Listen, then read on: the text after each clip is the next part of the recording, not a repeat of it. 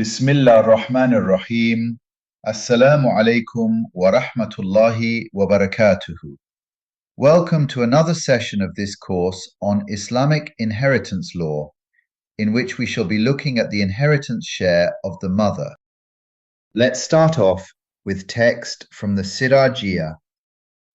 وَأَمَّا لِلْأُمِّ فَأَحْوَالٌ ثَلَاثٌ السُّدُسُ مع الولد أو ولد الابن وإن سفل أو مع الاثنين من الإخوة والأخوات فصاعدا من أي جهة كان وثلث لكل عند عدم هؤلاء المذكورين وثلث ما بقي بعد فرض أحد الزوجين وذلك في مسألتين زوج وأبوين وزوجة وأبوين ولو كان مكان الأب جد فللأم ثلث جميع المال إلا عند أبي يوسف رحمه الله تعالى فإن لها ثلث الباقي. The inheritance share of the mother is mentioned in the Quran in Ayah 11 of Surah Nisa. Allah subhanahu wa ta'ala says, "And for his parents, for each of them, there is 1/6 of the inheritance, if he has a walad. But if he does not have a walad, and if the parents are the heirs, then for the mother 1/3.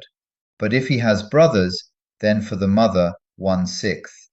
Although we have discussed the meaning of the word walad earlier in the course on more than one occasion, it is worth refreshing our memory.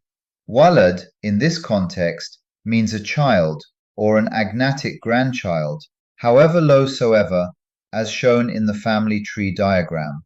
So, a walad is a son or a daughter through a male line of descent, no matter how distant. The inheritance share of the mother has three scenarios. 1.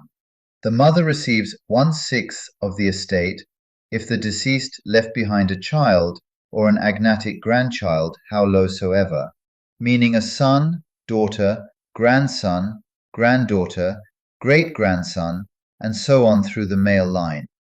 Likewise, the mother also receives 1/6 if there are two or more siblings of the deceased, whether they are male or female, and whether they are full siblings or half-siblings.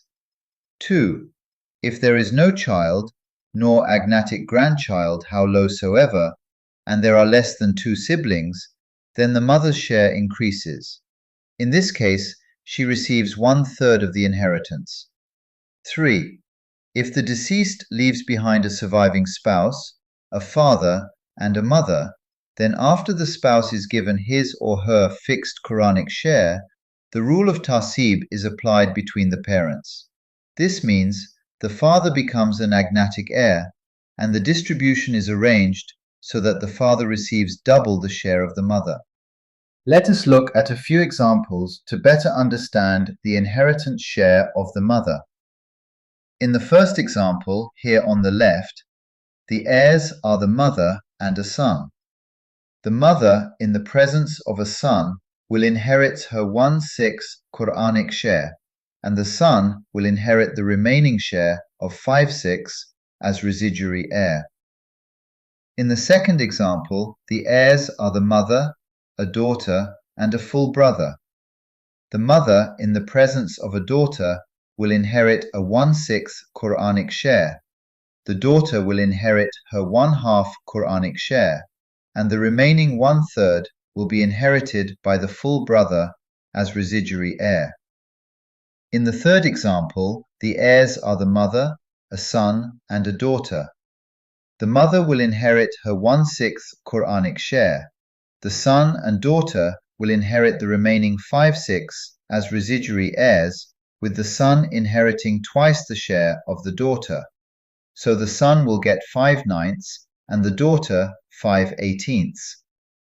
In these examples, we look at the inheritance of the mother in the absence of a child or agnatic grandchild. In the first example, the heirs are the mother and full brother. The mother in this case will inherit a 1/3 Quranic share, and the full brother will inherit the remaining share of 2/3 as residuary heir. In the second example, the heirs are the mother, a uterine sister, and an agnatic nephew, meaning a son of a full brother. The mother will again inherit a 1/3 Quranic share, the uterine sister will inherit a 1/6 Quranic share, and the nephew will inherit the remaining share of 1/2 as residuary heir. Note that only nephews from a full brother and consanguine brother, that is, through a male line of descent, inherit as residuary heirs. Now let's look at the inheritance share of the mother when she inherits with the surviving spouse, that is, the husband or wife, together with the father or paternal grandfather. In the first case, the heirs are the husband, the mother, and the father. The husband inherits his Quranic share of 1/2. The remaining 1/2 share is divided amongst the mother and father, with the father getting twice the share of the mother, so the father gets 1/3 and the mother 1/6 gets. In the second case, the heirs are a widow, the mother and the father. The widow inherits her Quranic share of 1/4. The remaining 3/4 share is divided amongst the mother as father, with the father getting twice the share of the mother, so the father gets 1/2 and the mother 1/4 gets. These two cases are known as al-Garawani, the two deceivers, or al-Umariyatan, the two decisions of Umar. This is the majority view of the Muslim jurists. Some Sahaba, such as Hadrat Abdullah bin Abbas and Hadrat Ali bin Abi Talib, radiallahu anhum, and some Muslim jurists are of the opinion that the mother should be given her 1/3 share, because the Quran clearly states the mother's share to be 1/3 in the absence of a walad. Now let's look what happens if the father is replaced by a paternal grandfather. In the first case, the heirs are the husband, the mother, and the paternal grandfather, meaning the father's father. The husband inherits his Quranic share of 1/2. The mother inherits her Quranic share of 1/3. Remaining 1/6 is inherited by the paternal grandfather as residuary heir. In the second case, the heirs are a widow, the mother, and the paternal grandfather. The widow inherits her Quranic share of 1/4. The mother inherits her Quranic share of 1/3. Remaining 5/12 is inherited by the paternal grandfather as residuary heir. This method of distribution in these two cases is according to the consensus of opinion, the ijma' of the Muslim jurists, and it is also the view adopted by the Hanfi fiqh. Here are two more examples to look at. In the first example, the heirs are the husband, the mother, the paternal grandfather, meaning the father's father, and two uterine siblings. The husband inherits his Quranic share of 1/2.